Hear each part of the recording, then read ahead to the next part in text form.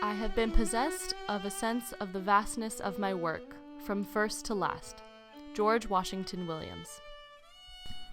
This is a story of adventure, deceit, the enterprising American spirit, the study of history, investigative journalism, and courage in the face of injustice. Our story begins in Bedford Springs, Pennsylvania, a quaint trading town that attracted visitors and settlers alike as a bridge from north to south in an America in which slavery was still legal. In the 1840s, an unskilled free black man named Thomas Williams and his wife Ellen relocated to the town to settle down and earn a living. In 1849, the couple had their first son. This son would go on to live a life full of adventure as a soldier, a scholar, a pastor, a lawyer, a journalist, and a historian. He would travel to West Africa at a mere 31 years old, investigating, collecting evidence, and writing a public indictment of its European monarch. He would be the first to truly bring to the public eye atrocities in what would become one of the worst crimes against humanity in history. To those familiar with the Congo, his acts would be considered revolutionary. Thomas and Ellen aptly named their first child George Washington Williams. George grew up a troubled child with little formal education. As a teenager, he was wicked and wild, and he was put in a juvenile reform house. In the house, he would discover a strong interest in learning about Jesus and Christianity, claiming a religious passion for a brief time. As a young teenager, George seemed more interested in adventure than he was in education, and he seemed like he would follow anything if it was sufficiently exciting. Obviously, as a young man growing up without seeing the horrors of slavery, the Civil War was an exciting new adventure for him. Although he was technically too young to enlist in the Union Army when black men were allowed to enlist, that proved to be no problem for young George. When he couldn't convince enlistment officers in Bedford Springs that he was of age, he left home, trekked to a different city in northern Pennsylvania, lied about his name, lied about his age, and enlisted. He served for 3 years under an unknown number of names, from 1864 to 1867, when he enlisted using his own name. After serving in the Civil War, fighting against the French in Mexico, and defending the frontier of Indian Territory, Williams was discharged. After his discharge at age 19, Williams would rediscover his religious passion, formalizing it by joining a Baptist church in Missouri. But that did not hold Williams's interest for long. He soon traveled up the Mississippi to Illinois, where he happened to hear about a recently founded college for African Americans in Washington, D.C., Howard University. If we can say one thing about George Washington Williams, it's that he was an enterprising young fellow. If there was something he wanted, he would go out and get it with no regard for what it took to get there. If it required contacting the General of the Army, the Secretary of State, the President of the United States, the Pope, you name it, he would go out and do it. Wanting to gain a formal education that he never received in his adolescence, he drafted a lengthy letter to the founder of the college, Civil War General Oliver Howard, explaining his extenuating circumstances, willingness to work, and desire to learn. Within a few weeks, he would move to Washington, D.C. and enroll as a full-time student at Howard. Upon his arrival, Williams would seek out General Howard himself and make his acquaintance almost immediately. However, he soon found that he was unhappy at Howard, and his studies there failed to keep his attention. He instead traveled up to Boston and petitioned for admission to the Newton Theological Institute, explaining his deep interest in religion and his semi-literacy. The faculty admitted him and were likely pleased at their result. Proving to be an industrious and dedicated student, Williams directed all his attention to Christianity and finished his studies 1 year early. Although he entered Newton with less than literate writing and speaking abilities, Williams graduated alongside classmates who had attended Harvard, Amherst, Brown, and Washington University. In fact, he spoke at Newton's commencement ceremony, discussing the beginnings of Christianity in Africa. Not only did his speech further prove his erudition, but it would cement him as a leading African American scholar of Africa itself. During and after his studies at Newton, Williams became interested in the plight of the black man in America, particularly in the Reconstruction-era South. He became active in a Boston group that protested the mistreatment of Southern blacks, focusing on lynchings, KKK violence, and white supremacy. Williams often met with Senator Charles Sumner and discussed the roles of African Americans in building the nation and defending the Union in the war. Williams also wrote prolifically at this time, authoring several letters about civil rights that appeared in newspapers of the time. He was soon ordained pastor of the 12th Baptist Church, Boston's largest black congregation, and would become a beloved and popular minister. While serving as pastor for the 12th Church, Williams discovered a newfound love of history. He combined his new passion with his constant mission of serving the church and embarked upon the difficult task of writing a history of the church. Although the purpose of Williams' account was to encourage Boston residents to act charitably to the church as a Negro institution, the final product would become more of a valuable document for church members and historians alike than a piece of marketing material. Soon, he would become disenchanted with his progress in the religious world and the injustices that still existed in the country. After a few months of thinking of the best avenue to incite change, Williams began writing a letter out of the blue to the famous Henry Wadsworth Longfellow, whom he had never actually met. The time has come when the Negro must do something. The Negro will begin to make history. To this end, I will go to Washington and edit a journal. It will be their teacher, their friend, their mirror. As a teacher, it will discuss educational and social problems. As a friend, it will lead them from the political arena to the firm foundations of enlightened citizenship and nobler manhood. As a mirror, it will reflect the virtue, genius, and industry of the emancipated millions of this country.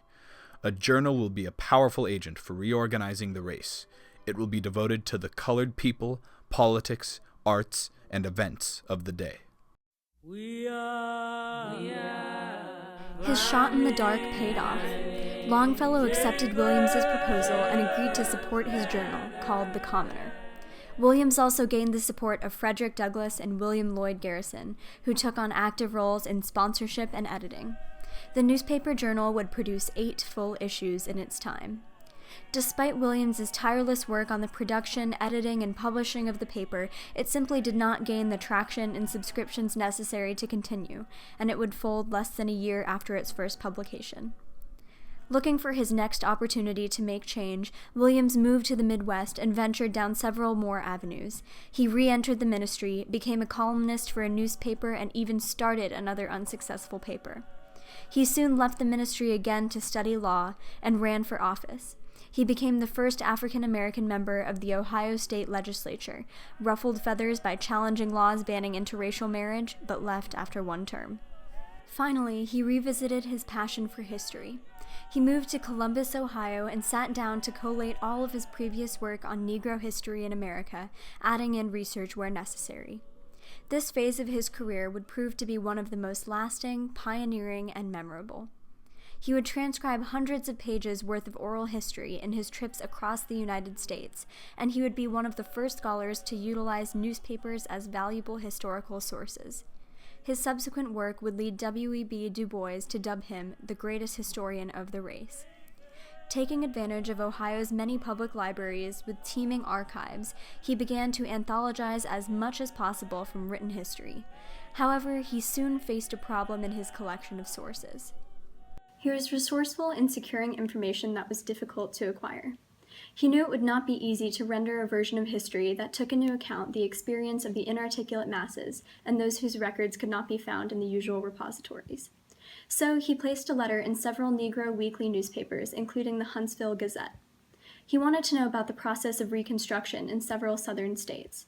He requested the minutes of any colored church organization, statistics on Negro schools, information on so-called Negro crimes, evidence of the accumulation of capital among Negroes, materials on social conditions among Negroes, and information on the causes of the exodus of Negroes from the South.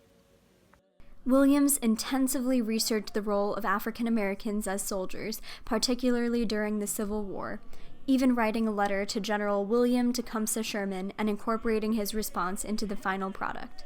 He traveled across the West and South to visit military bases and interview veterans. Williams's final 2-volume work, published in 1885, was entitled A History of the Negro Race in America from 1619 to 1880, Negroes as Slaves, as Soldiers, and as Citizens.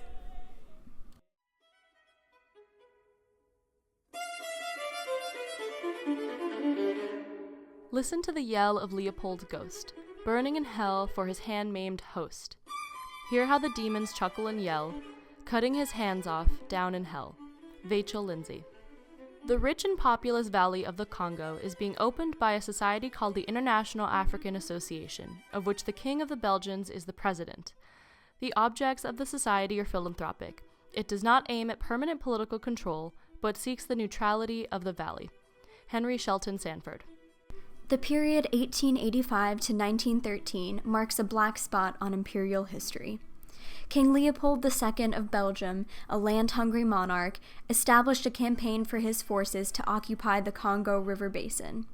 He was doing so under an allegedly humanitarian mission, vowing to the world that he would eradicate the stain of slavery from West Africa, uplift the local area, and foster free trade. He received the support of various abolitionist and scientific associations.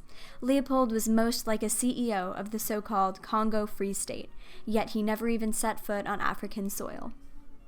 Leopold expertly deceived the Belgian public, parliament, and the media into believing his humanitarian mission, and public officials like President Chester A. Arthur praised Leopold's effort.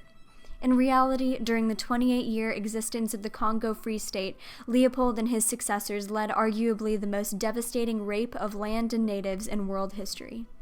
By essentially commanding armies of Congolese slaves to tap rubber and hunt for ivory, Leopold accumulated billions of dollars and established a remote regime of cruelty and greed.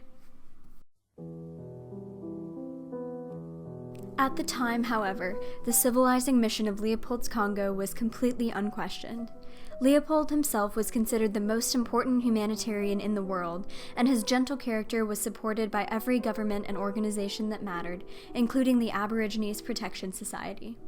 It was the widely accepted and praised truth that Leopold's venture in the Congo had the sole, non-profit purpose of installing free trade and eradicating the stain of slavery.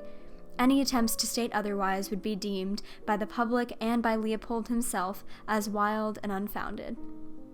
Every European newspaper reported that Leopold spent his own money to improve the Congo, that Belgian troops under Leopold's orders had fought off and killed slave traders, that Leopold had allowed missionaries to come in and spread Christianity to the natives. Leopold hosted an international anti-slavery conference in Brussels, at which the celebrity explorer and author of Through the Dark Continent, Henry Morton Stanley, spoke in praise of the Belgian king. Every European would be convinced of Leopold's humanitarianism, and any person who claimed otherwise would be dismissed as nothing more than a conspiracy theorist. Although Leopold passed away in 1909, 4 years prior to the end of the Congo Free State, he witnessed a passionate movement against him and his so-called humanitarian mission, thanks to new dissemination of the atrocities occurring in West Africa.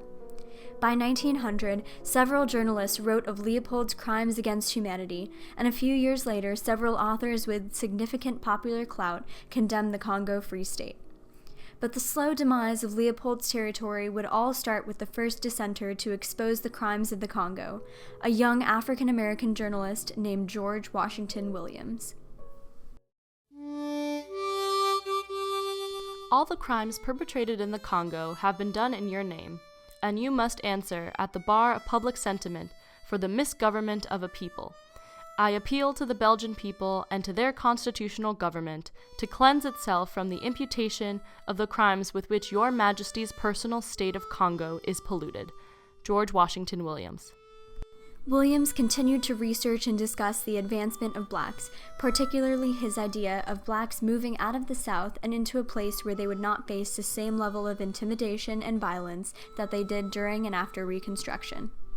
Williams would recognize and advocate for the possibility that African Americans could move back to Africa. Along his lecture circuit, he organized meetings with some of the most influential people in American society, including the two presidents Rutherford B. Hayes and Grover Cleveland. Despite his successes, money flowed through Williams's fingers, and he left a string of angry creditors behind him. One gets the impression he had a constant struggle between fostering change and making money, and he could never find a balance between the two. He continued to pour his immense energy into a variety of projects. He wrote a second book about the experiences of black soldiers in the Civil War. He went to New Mexico in search of land for black farmers. He fired off articles for newspapers. He worked as a lawyer for the Cape Cod Canal Company. He wrote a play about the slave trade. And he threw himself into the work of Union veterans organizations, receiving the honorary title of colonel from the most important of them, the Grand Army of the Republic. Williams soon became passionate about ending the international slave trade, particularly relating to his desire for African Americans to move back to Africa. upon hearing Henry Shelton Sanford, a lobbyist to the U.S. government on behalf of King Leopold II, discuss the utopian slavery-free world of the Congo Free State, Williams was immediately intrigued. He sneaked into the anti-slavery conference in Brussels and was exceedingly pleased to meet the man of the hour at the conference, King Leopold himself. Williams had an informal audience with the king and agreed to write a portrait of him that would be widely circulated and read around the United States. He enjoyed his meeting with Leopold, remarking that he was warm, urbane, and regal all at once. Leopold II has all that distinguishes the student, carrying no superfluous flesh, and proved himself a good listener as well as a pleasant and entertaining conversationalist. His mouth showed both strength and generosity, and his chin was indicative of decision and courage. Leopold is one of the noblest sovereigns in the world, an emperor whose highest ambition is to serve the cause of Christian civilization and to promote the best interests of his subjects, ruling in wisdom, mercy, and justice. During their conversation, Leopold underscored his own humanitarianism, noting that he expected nothing in return for bringing the Congo into the modern world. He simply wanted to bring the blessings of Christianity to West Africa, as was his Christian duty to the poor African, and he did not wish to have 1 franc back of all the money he had expended. After meeting Leopold and attending the conference, Williams's energy was renewed. He believed that African Americans should help improve the Congo, suggesting that Belgian companies hire educated African Americans to work in their offices. He discussed this plan with King Leopold himself, as well as the man who would become his sponsor, Collis P. Huntington, the proprietor of the Central Pacific Railroad. He also visited then-President Benjamin Harrison, who was interested in the results of Williams's trip. Williams held an audience with Leopold and his chief officer, Henry Morton Stanley, once more before his trip. Leopold wanted Williams to delay his trip for 5 years, after which time the proposed railroad in the Congo would be finished. When Williams declined, Leopold did not sign off on a commission for him to visit the Congo. Despite this, Williams had significant reason to visit the Congo. He would report back to President Harrison on the state of the Congo, he would write a series of articles on the Congo for McClure's magazine, and he would survey the proposed route of the Congo Railway for Huntington. Williams traveled through the Congo for 6 months, venturing up the Congo River to Stanley Falls, and his impression of the state grew worse and worse with the more he witnessed.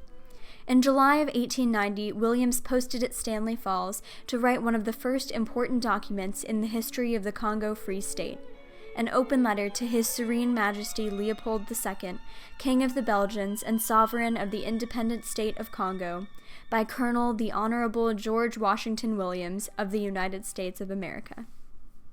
The letter in its entirety describes several instances of atrocities that Williams witnessed.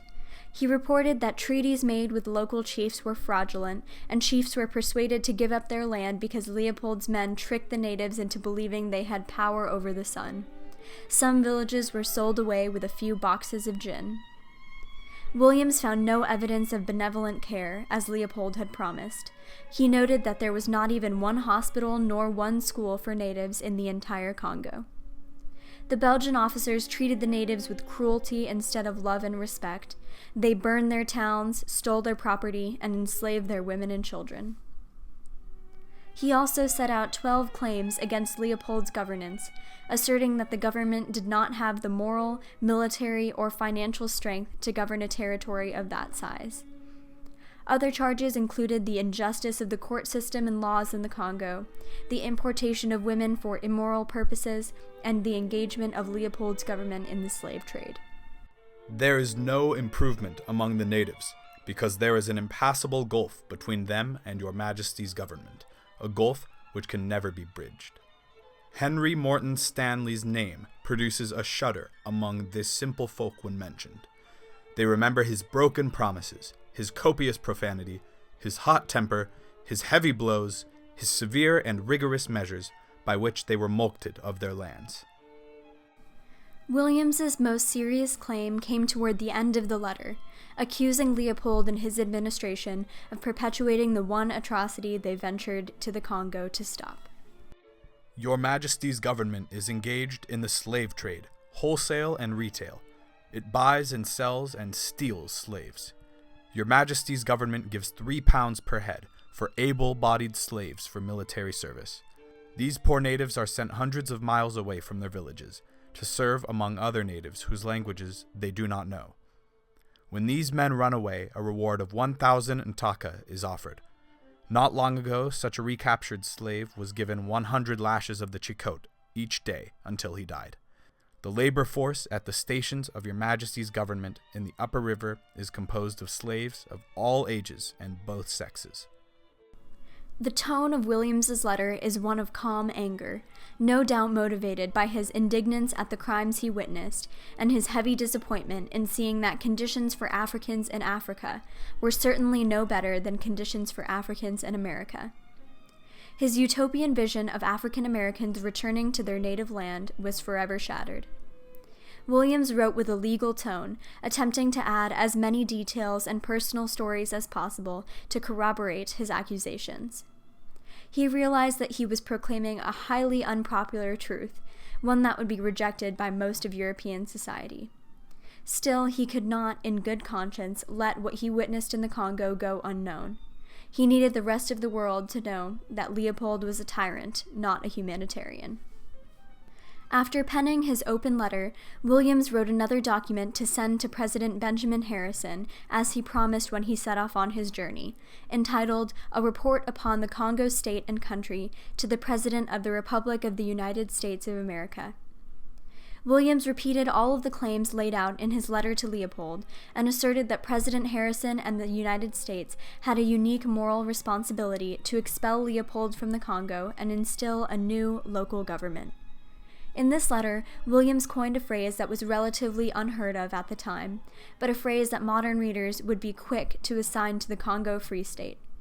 Williams accused Leopold of committing crimes against humanity.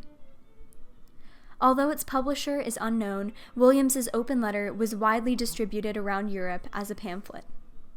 The New York Herald ran the letter and noted the severity of the charges that Williams leveled against Leopold, in fact endorsing them to be rooted in truth. One liberal publication in Brussels called La Réforme did not endorse Williams's letter, but acknowledged that his reports were serious and demanded that the government in the Congo speak out about his claims. However, these were some of the few media outlets that were kind to Williams.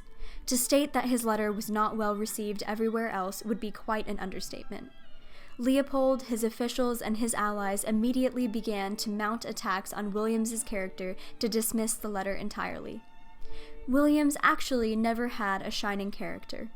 He earned many of his achievements by lying, cheating, and conning his way into success, starting at a young age when he lied about his name and age to join the Union Army. He often postured to influential men to get money and sponsorship, providing white lies about his education and implying that he was much more important than he really was. He married a woman in Chicago and the couple had one son, but they were soon separated, and he assumed no responsibility in the care of his child. The tabloid press claimed that he met a young British blonde on his ship to Brussels, and they began a torrid affair together. Needless to say, Williams was not a saint, and he recognized the need to lie when necessary to get ahead. After the pamphlet was published, Leopold's allies picked up on as many of Williams's character flaws as they could find. Some called his letter a pathetic attempt to blackmail Leopold, as Williams had applied for and been denied a post in the Congo. An article appeared in a Congo Free State government magazine called Un Colonel Noir. It began by laying out a few of Williams's failures and lies to undermine his character. It went on to refute his letter point by point, citing countless examples of successes and good deeds in the Congo to strike down each of Williams's accusations. A paper that typically served as an unofficial outlet for Leopold and his officials, called the Journal de Bruxelles, wrote a long indictment of Williams and his misreporting, entitled The Congo and Its Slanderers. The article pointed to one falsehood in particular, the fact that George Washington Williams was not technically a United States Army colonel, as he claimed in the title of his open letter. It called him a pseudo-colonel, not a colonel, and a so-called colonel. Less than a year after the letter's publication, the Belgian Prime Minister spoke in Leopold's defense, and the administration of the Congo Free State itself issued a 45-page report refuting Williams's 12 accusations. Of course, at this point, the public thought was already in favor of Leopold and his venture in the Congo. Most of Europe believed Leopold to be the greatest humanitarian of the time, and a letter from a penniless, shady, African-American pseudo-colonel would not sway the prevailing opinion. Certainly, these official documents and articles decrying Williams and his letter did nothing for Williams's cause and only served to further delegitimize his exposé. In the end, Williams's letter likely never changed any opinions and received little popular support. In the year following the publication of the open letter, Williams faced more hardship. He ran out of money and was refused further compensation from Collis P. Huntington, and he contracted tuberculosis. Down to his last 14 pounds, he managed to sneak onto a boat to London with his blonde British fiancée, but he died soon after arriving in the United Kingdom, penniless and disgraced. He abandoned his wife and son in America, giving them no support, financial or otherwise. His vision of sending African Americans to establish their independence and live in peace in Africa was shattered. Despite his international infamy, Williams was the first proud dissenter against the evils and atrocities of Leopold's Congo Free State. After his example, many others would follow in his footsteps in the hopes of dismantling Leopold's cruel regime.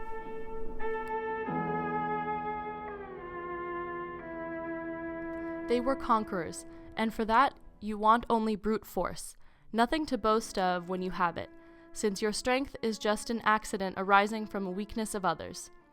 It was just robbery with violence, aggravated murder on a great scale, and men going at it blind. Joseph Conrad. A young, enterprising African-American missionary gained passage to the Congo in an unlikely route, thanks to the work of a white supremacist congressman named John Tyler Morgan, who hoped that African Americans could emigrate to Africa instead of becoming integrated into American society. A highly trained, energetic Presbyterian minister, William Henry Shepherd was ecstatic to be the first black missionary to the Congo. Shepherd partook in typical African adventures, like wrestling crocodiles, hunting game, and posing with snakes. He dwelled in the Congo for over 20 years and became somewhat integrated into the culture of the Bakuba, one of the native tribes near his mission. In 1899, fighting broke out near the Kasai River, adjacent to one of the richest rubber jungles in the Congo. Shepherd was sent to investigate. He would stumble upon one of the most horrifying sights of his career. Among burning villages and countless corpses on the ground, Shepherd discovered a force publique officer who showed Shepherd 81 severed hands, evidence of how many natives the soldiers killed. The state needed to ensure that the soldiers' bullets were being used productively to kill natives and not for hunting. So to ensure that, they required the hands of the dead. Later, Shepherd would also write that some soldiers used the bullets for hunting and cut off the hands of living men, women, and children. The Congo Free State policy of mutilating natives by cutting off their hands, noses, or ears would become the most famous example of Leopold's grisly rule. Although Shepherd was not the first to document it, his articles were the most widely read and circulated, and were likely a key catalyst for exposing Leopold's crimes internationally. The same year that Shepherd witnessed the mutilation of natives, a book would be published that would vividly portray the horrors of Leopold's Congo for the whole world to see. 9 years earlier, Konrad Korzeniowski came to the Congo as an apprentice officer, looking for adventure and a job. His first month in the Congo was comprised of a difficult journey upriver from Stanley Pool to Stanley Falls, but fulfilled his wishes for African adventure. However, his hopes were soon to be dashed. He had a nasty falling out with a Belgian company official and lost all hopes at rising in the ranks to become a steamer captain. He fell ill with malaria and dysentery, and never regained his full strength throughout the rest of his life. Lastly, he witnessed white men engage in some of the most despicable greed and cruelty that he was too horrified to remain in the Congo any longer. Although only present in the jungle for about 6 months, Konrad Korzeniowski came to West Africa believing that Leopold's mission was noble and civilizing. He left with all faith in humanity lost, and would tell the story of his transformation to the world under the name Joseph Conrad. Written in beautiful prose through the eyes of a sympathetic and intelligent protagonist named Marlowe, Heart of Darkness tells a semi-autobiographical story of Joseph Conrad's time in the Congo. Readers in 1899 would have kept Heart of Darkness within the delimited sphere of fiction and avoided acknowledgement of connections to African atrocities. Even today, Heart of Darkness serves as an allegory for universal experiences of human brutality. However, Conrad himself acknowledges that he wrote the story based off of actual facts, the facts of his experience in 1890 Congo. Marlowe describes the ubiquity of death in the Congo, caused by the negligence, brutality, and deception of officials. French company officials, British officers, Belgian ivory warlords, and force publique captains. He denounces the greed of the scramble for Africa and shames the European craving for resources in Africa. Even if the story did not convince Europeans to organize against Leopold, it certainly exposed the major flaw in the white man's burden, the despicable greed of humanity. The next major figure who would encourage organization against Leopold was a British clerk and journalist working for a shipping company. He traveled back and forth from England often and kept detailed accounts of what he saw on his trips to Africa, observations that began to arouse his suspicion that something wicked was transpiring in the Congo. Soon, the young E.D. Morel would expose Leopold with weekly articles and mount the strongest campaign of public opinion against atrocities in the Congo yet. Morel was immediately unsettled upon meeting Belgian officials of the Congo Free State. He was suspicious of their cruel demeanor and their demands for absolute secrecy. He surmised that there was some illegal activity occurring. Using his position at the shipping company for information, he documented his findings. He noticed that his company was secretly shipping enormous amounts of weapons and ammunition to the Congo, that someone was embezzling the equivalent of tens of millions of dollars from the rubber and ivory shipments, and most seriously, that the Belgian Congo was utilizing slave labor to get their rubber and ivory. Gathering facts and figures and returning back to Britain, Morel decided to found his own paper, the West African Mail, and write about his shocking discoveries. An exceedingly honest and upstanding man, Morel adopted his calling to inform the greater world about the Congo's atrocities. He wrote prodigiously, publishing books, writing articles in English and French, and editing his own paper. He allowed his righteous anger to cement him as the loudest and most formidable opponent of the Congo Free State. After working for several difficult years, Morel and his humanitarian allies had successfully galvanized the public and British Parliament to care about Leopold's crimes. Now the question was to eliminate Leopold's rule entirely. The man who would, in turn, galvanize Britain to act unilaterally against Leopold was a young Irish consul to the Congo named Roger Casement. In 1903, upon recommendation from the British station in the Congo, Casement was sent to investigate the affairs of the interior. He spent 3 months in the jungles, attempting to visit villages and witness as much as possible. Returning from this official trip, Casement had plenty of material exhibiting the crimes of Leopold's Congo to work with. He prepared his report in its full, disturbing detail, citing several witnesses and providing a great variety of sources, but maintaining a formal and objective tone. The British government declined his report several times, and just when Casement began to lose hope, he brought his findings to E.D. Morel. Together, the two humanitarians were an unstoppable force. They founded the Congo Reform Association to fully and totally rouse the action of the British people, who would hopefully, in turn, raise the attention of the world, just as they did around the topic of the slave trade. Both used their powers of writing, lobbying, and investigating to their cause.